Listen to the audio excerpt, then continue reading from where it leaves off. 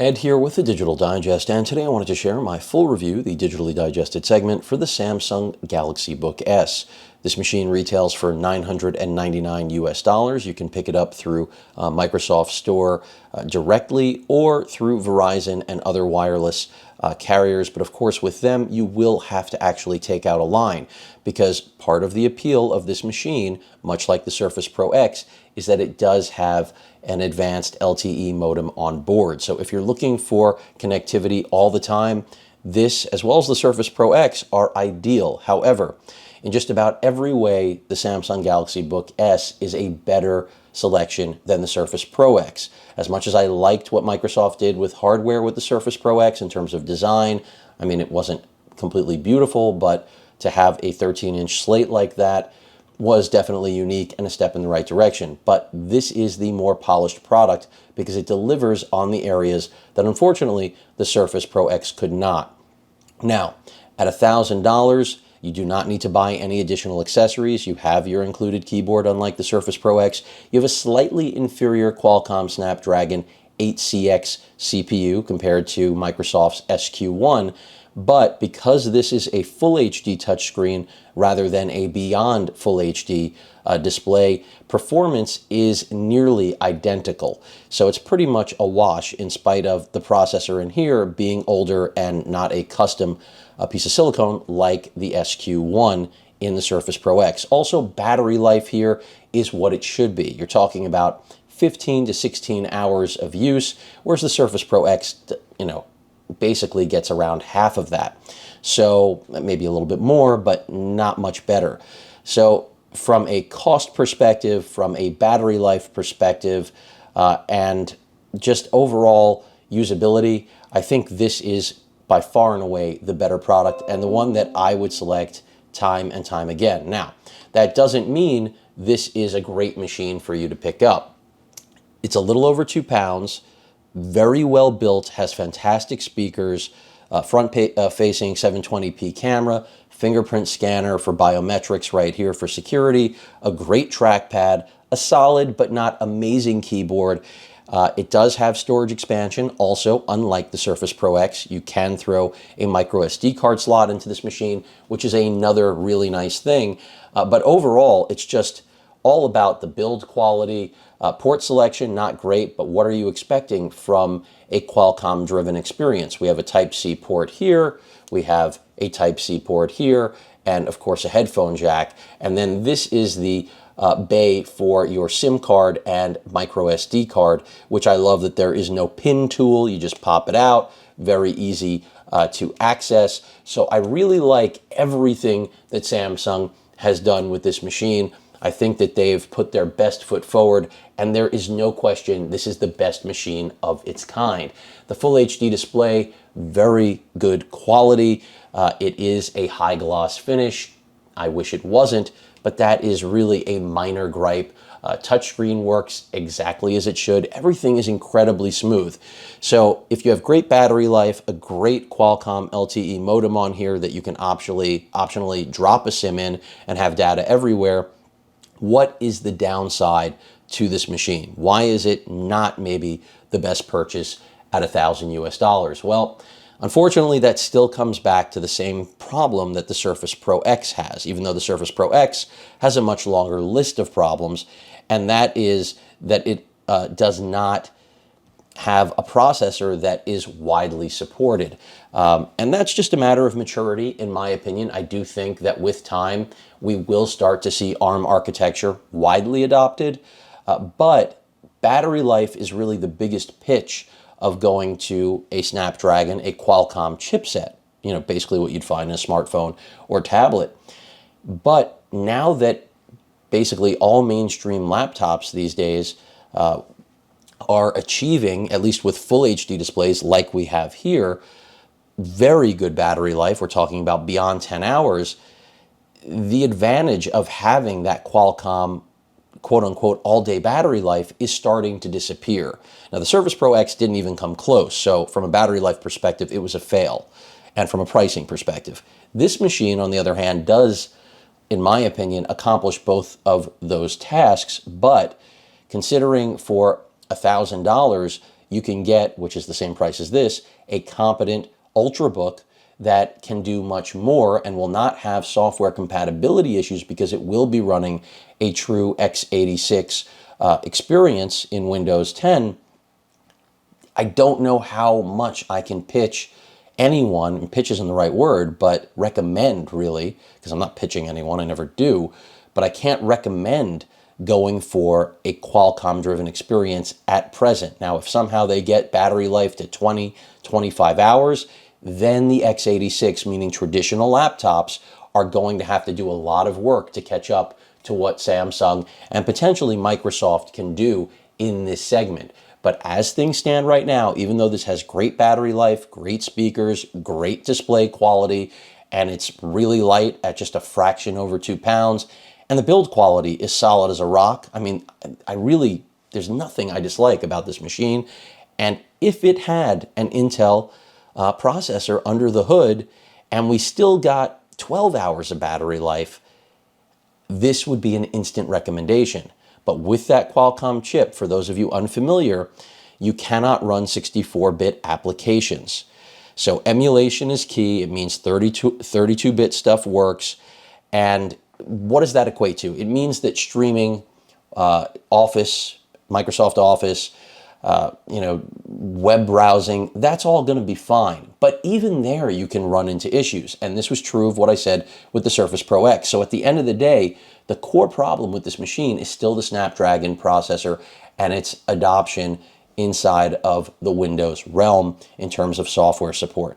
Now, I'm sure Microsoft is pushing hard. They said they would. I believe them that they will. It also makes sense for Qualcomm to make a hard push on this because this is an industry that they have not chipped away at all. They own smartphones, but they need to get that ARM architecture to be competently available against Intel. And I have to say, when you look at raw performance for this 8CX, it is right there with 7th gen Core i5 Intel processors. So that's really impressive. The problem is 10th gen Core i7 processors, Ice Lake, paired with generous batteries and something like the HP Spectre X360 13T, it achieves battery life similar to this, but gives you performance that is at another level, and you will not run into compatibility issues. So let's just take a quick look at video playback. You can achieve, you'll hear the speakers too. This is actually sampling at 8K, and the screen is fantastic, I can tell you that.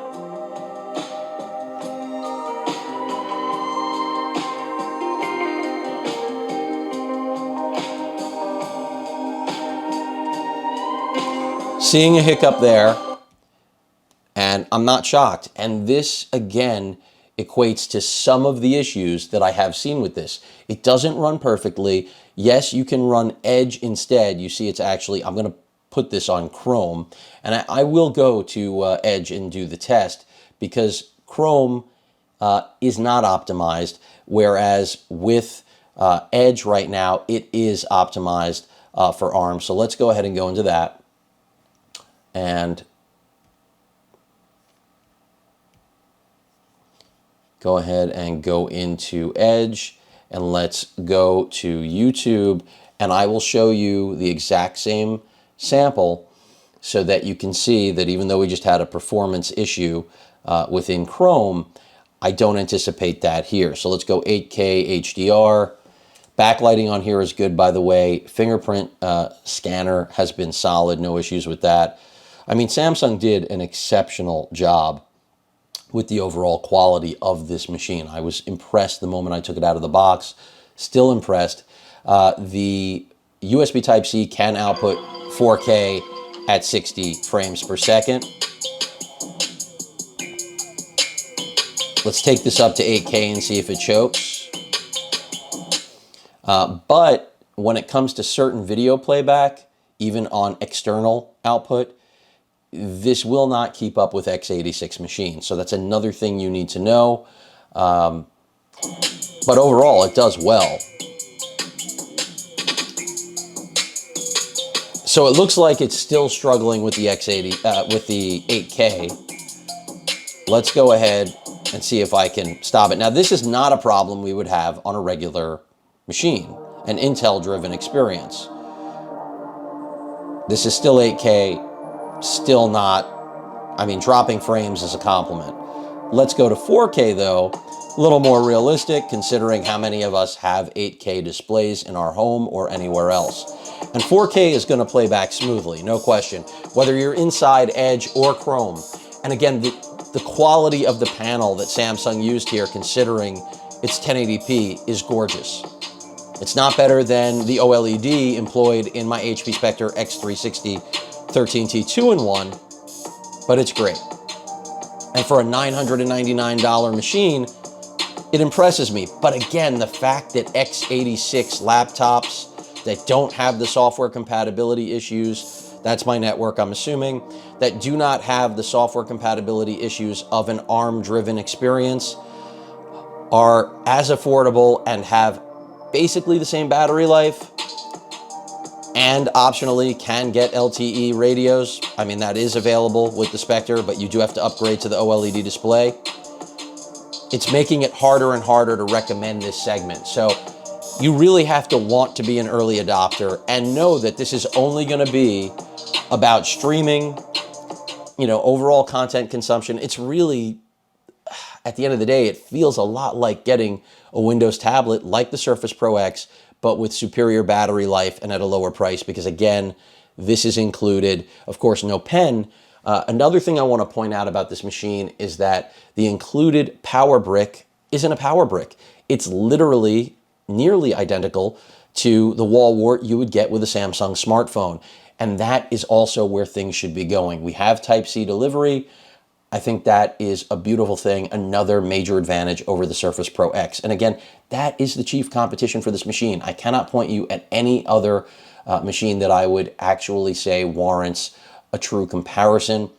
So if you're on the fence, trying to figure out which is better for you, this or the Surface Pro X, go with this all day long because it is the superior piece of equipment, even though its processor, again, is slower, mildly slower. And then in addition to that, you also have slightly inferior performance from its GPU as well. I think the Adreno in here is the 680 and the one in the Surface Pro X is the 685.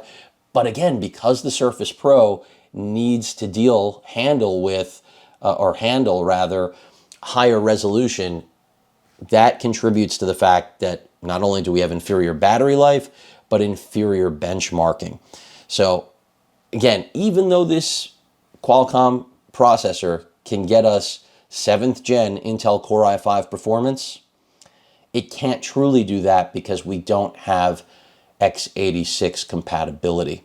So again, I cannot really see recommending this to anyone, and that's a tough pill to swallow because everything about this machine is nice. Build quality, screen quality, the form factor, the heat is barely nil. It doesn't make any noise except for its powerful speakers. The expandable storage that you don't have with the Surface Pro X. You can throw a 1 terabyte micro SD card in here and you've got plenty of storage. The 8 gigs of RAM that's on board and 256 gig SSD, I didn't speak a lot about, but they're perfectly fine. No different than what you would find in the Surface Pro X. And for those of you that are going to tell me, but Ed, the Surface Pro X, the storage can be expanded because you can swap out the SSD. These devices, I don't foresee having a very long lifespan. There's a reason they come in low, and there's a reason that over time they're going to become even less expensive. So again, between the build quality here, quad firing speakers, overall battery life, and overall solid performance, at least that can be expected, as good as it gets from a Snapdragon, a ARM Qualcomm-driven experience, it's a great machine.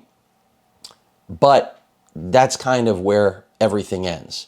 So while this is the best machine of its kind, I still cannot recommend this to anyone over a traditional x86 experience driven by Intel or AMD using something, again, like the HP Spectre X360 13T or similar machines in that category that are just about as lightweight, not quite, but very close, very similar battery life if you, again, go with the full HD 1-watt displays.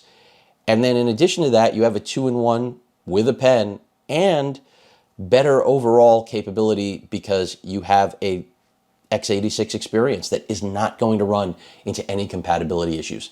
When compatibility is no longer a subject matter, that's when these machines will be real legitimate rivals to their Intel counterparts. Until then, this is really just proof of concept, and better than proof of concept because I could see using this on a daily basis, but not if you already are interested in and or own or are shopping an x86 like the 13T. I'll keep saying it over and over again, and I'll even bring the 13T over to remind everyone how similar the form factor is. Here the 13T is sitting right on top of it, and you see them side by side. They're so similar.